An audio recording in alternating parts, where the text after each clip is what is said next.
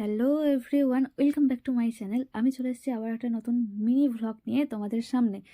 তো দেখতেই পাচ্ছ আমি রেডি হয়ে কোথাও একটা যাচ্ছি আমার ছোটোবেলার থেকে এখনও অবধি বেস্ট ফ্রেন্ডের বাড়ি নবান খেতে। তো অনেকটাই দেরি হয়ে গেছে, আমি প্রায় 11:15টার দিকে বেরিয়েছি, ভাবা যায়।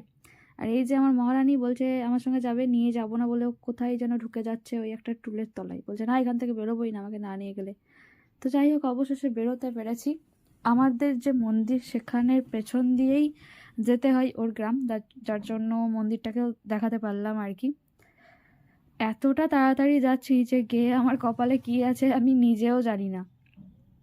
আসলে কিছু কাজ করতে করতে, আর এখন শীতকালের দিন তো আমার উঠতে অনেকটাই দেরি হয়ে যায়, যেহেতু কোনো কাজকর্ম নেই, যার জন্য এতটা দেরি হয়ে গেল আর কি। প্রায় 11:15 বাজতে যায় তখন। আর চারিদিকে জমিগুলো দেখছো, আসলে এখানে আলুর চাষ করা হয়েছে, যার জন্য পুরোটাই এরকম মাটি মাটি, মানে একদম যেরকম অরিজিনাল মাঠ সেরকমই। তো আমি আমার বাহনদেবকে নিয়েই যাচ্ছিলাম।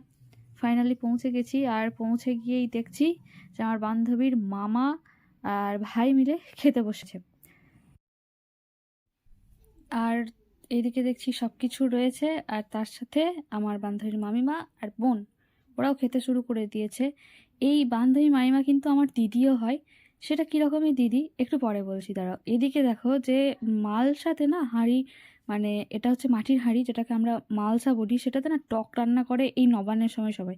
তো আমার বান্ধবীর মা ওটাতেই করছিল, মানে হয়তো বা উনুনে একটু পুড়িয়ে নেওয়া হয়েছে যার জন্য কালো কালো রয়েছে। আর এই মালসার টক খেতে কিন্তু হেব্বি ভালো লাগে, মানে 5 মিশালি বড়ি দিয়ে যে টকটা হয় হেবি সুন্দর লাগে। আর এইদিকে দেখো আমার বান্ধবী কী করছে, মূলো আর ধনে পাতা কাটছে, কারণ হচ্ছে আমি তো নবান খাই না, আমি মুড়ি খাবো এই জন্য।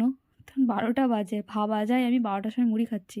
তো আমাদের বাড়িতে নবান হলেও কিন্তু আমরা এরকমই করি, মূলো, পেঁয়াজ, শসা, তারপর হচ্ছে মটর কলাই, নারকেল, তেল, এই সমস্ত কিছুতে মুড়ি খাই। আমার না ওই নবান, আমাদের নবানটা কি হয়, চাল গুঁড়ো, ওটা দুধে দিয়ে গুলতে হয়, ওখানে আদা বাটা, তারপর নানা রকম নারকেল কোড়া, এই সমস্ত নানা রকম কিছু দিয়ে এটা গোলে, ঠিক আছে, গরম মশলা গুঁড়ো, যার জন্য ওটা খেতে আমার খুব একটা ভালো লাগে না। আর ওই সময় খেলে আমি আর ভাত খেতে পারতাম না। আর এদিকে কী হয়েছে দেখো, আমার দিদিটা না কী করছে, আমার বান্ধবীর মা যত যা কিছু রান্না করেছে সবগুলো সাজিয়ে রেখেছে।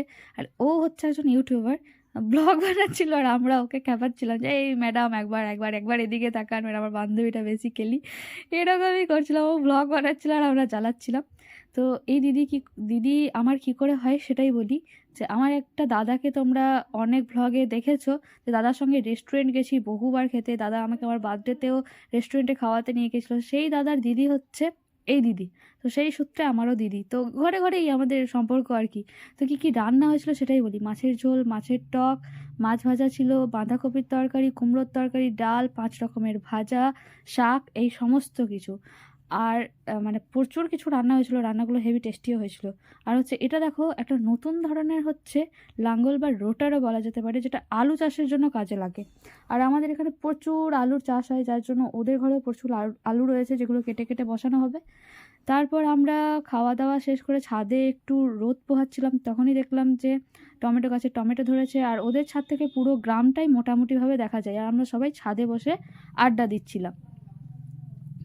তো বেশ ভালোই আর কি, এই সমস্ত দিনগুলোতে বেশ ভালোই লাগে, আড্ডা দেওয়া হয়।